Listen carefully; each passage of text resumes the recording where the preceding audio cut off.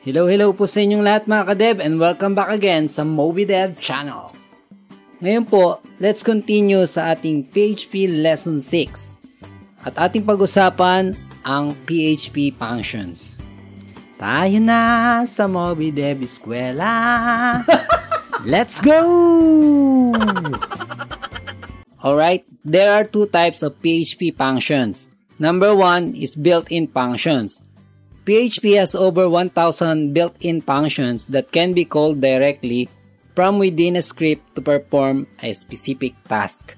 So, over 1,000 po yan, hindi po natin yan i-discuss ngayon. Actually, magpo-focus tayo sa number 2 which is user-defined functions. Okay? So, ipapakita ko na lang sa inyo yung top 10 na most commonly used na built-in function ng ating PHP. So, ito po siya. Okay? So, meron tayong number 1 echo, print r, bar dump, isset, then empty, stringlen, strlen or str replace, explode, implode, and array merge. So, yan po yung top 10 na most commonly used na PHP function.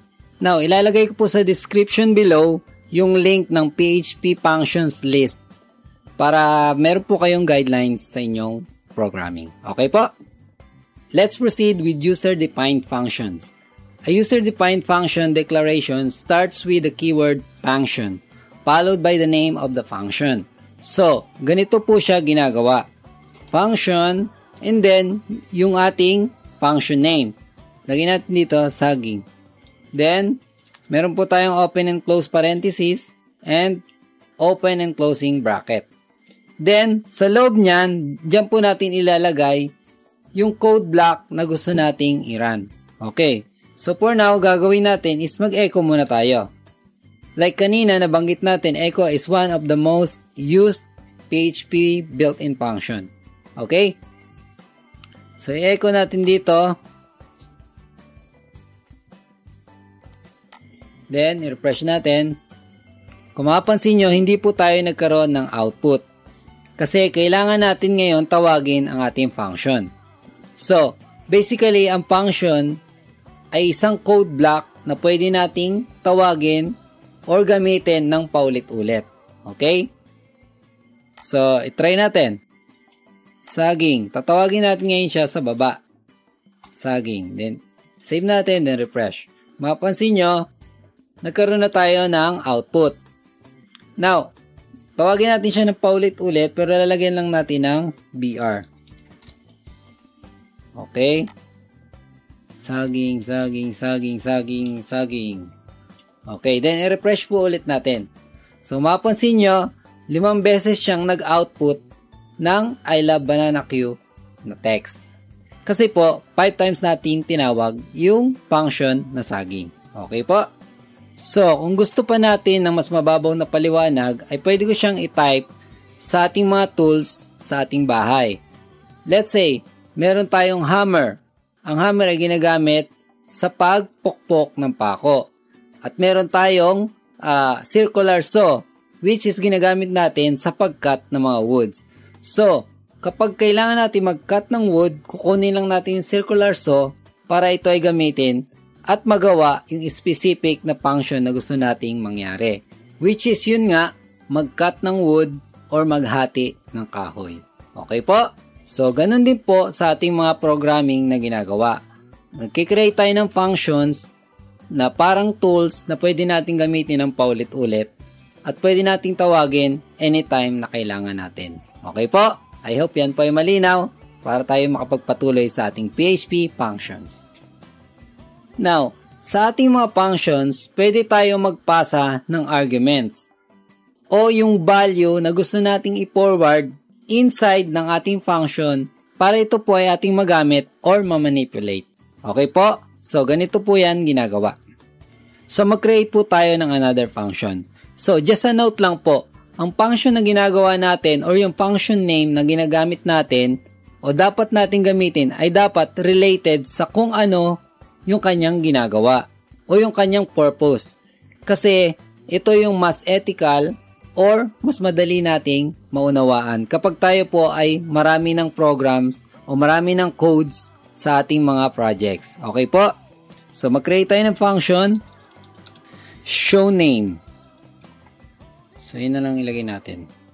Then, open and close parentheses. Ilagay natin yung variable na name. Okay. Okay. So, dito po, wag tayong malito doon sa argument. So, whatever yung variable na nandito ay pwede natin gamitin sa loob ng ating function. Okay po? So, i-echo natin yung output.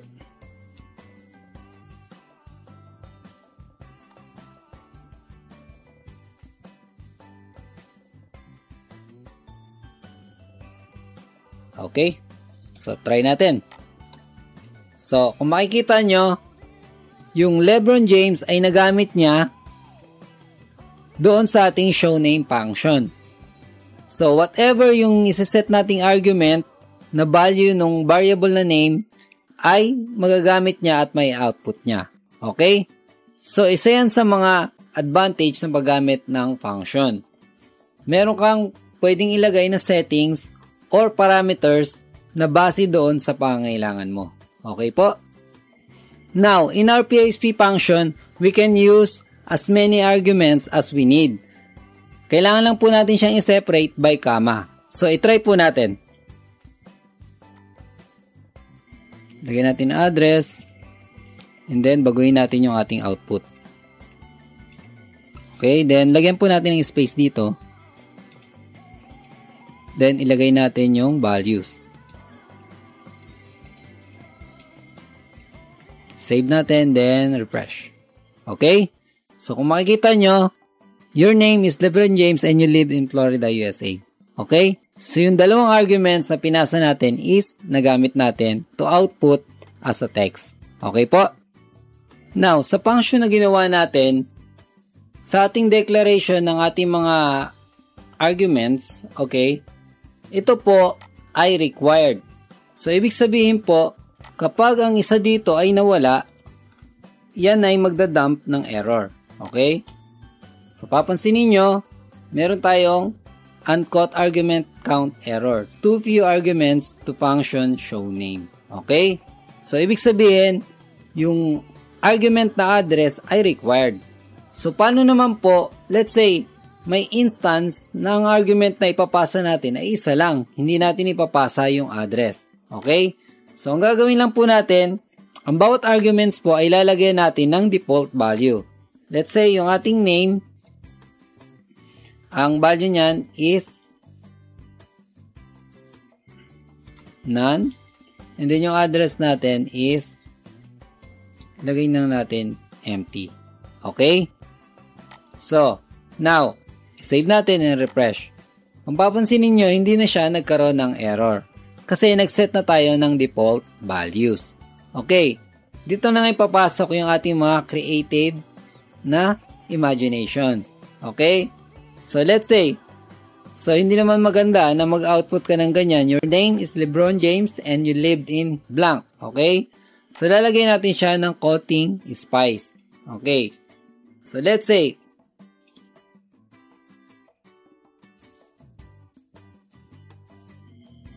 and you lived in. Okay? So, ang gagawin natin, i-output lang natin yung address kapag meron value. If address is equal to baguhin natin, not equal to. Okay? Then, saka lang tayo mag-output ng address. Okay, copy natin to.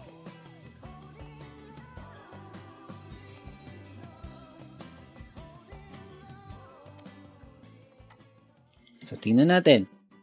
Refresh natin. Kung papansinin nyo, your name is LeBron James. And then, your name is Scottie Pippen and you live in Tondo, Manila, Philippines. So, gawin naman natin ngayon kapag hindi na-mention yung pangalan. Refresh natin. Your name is you don't want to mention. Okay? So, gawin naman natin dito is, ito yung empty. Balik natin dito si LeBron James. LeBron James. So, dito magkakaroon ulit tayo ng panibagong condition.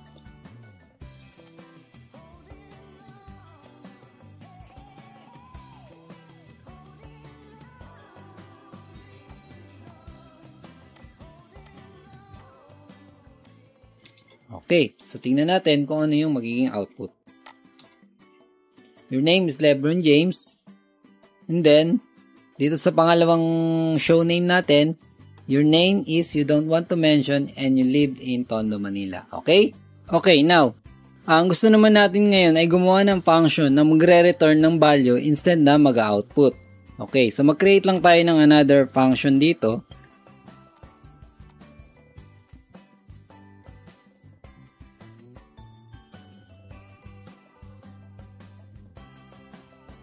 Now, tawagin natin yung function.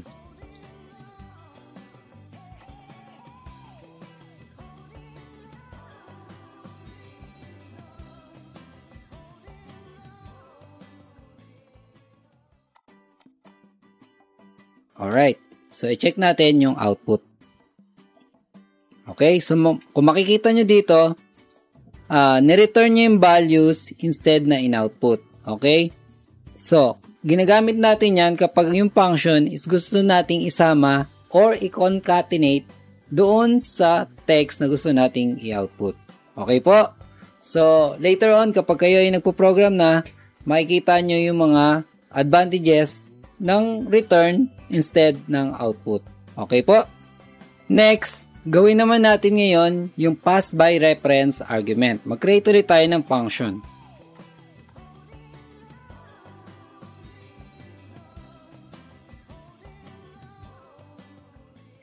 Okay. Now, dito, nag-create tayo ng function na add4. Ibig sabihin, kung meron tayong value sa variable na val, ay dadagdagan niya ito ng 4. Okay? So, gawin natin ganito. Number is equal to, sabihin natin 3. Okay? And then, add 4. Ilalagay natin yung number. Then, i-echo natin yung number. Okay, i-save natin, then refresh. Kung mapansin nyo, ang in-output niya is 7. Okay?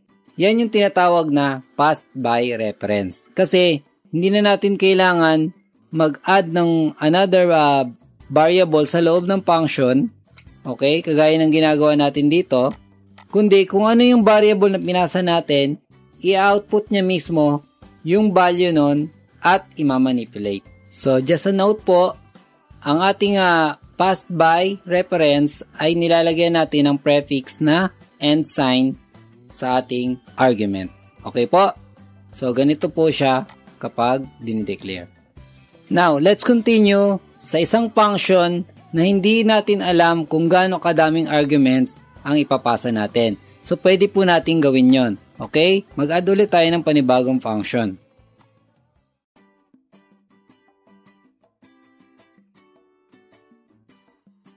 Okay. So, kung papansin niyo, ang prefix na ginamit natin dito is 3 dot.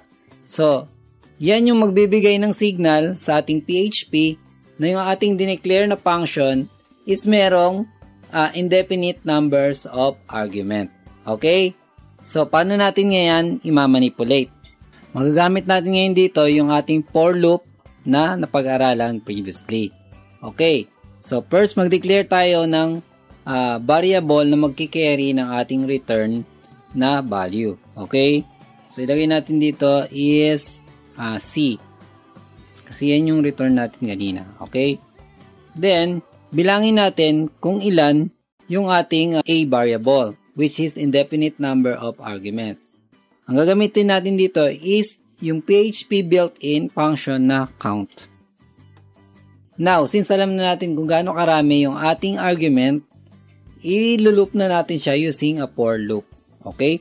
Now, baka nauuhaw na kayo dyan. Uminom muna kayo ng tubig. Kasi tayo ay medyo lumalalim na sa ating PHP. Okay po. So, gagamitin natin yung for loop. For dito, gamitin natin yung D is equal to 0.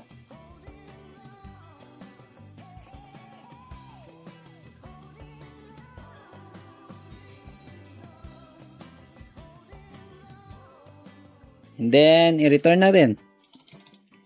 Return and see. So now, i-call natin siya and then i-output.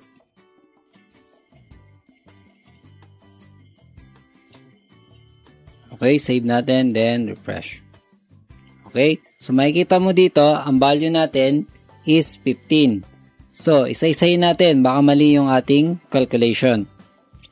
1 plus 2, 3 plus 3, 6 plus 4, 10, then plus 5, 15. Okay po. Alright. Now, marunong na po tayong gumawa ng PHP functions. I think ready na po tayo maging isang PHP web developer. Alright, this concludes our PHP Lesson 6. So, I hope tayo po ay natuto at nagkaroon ng panibagong kaalaman sa ating pag-aaral. Okay? See you on the next. Bye-bye you!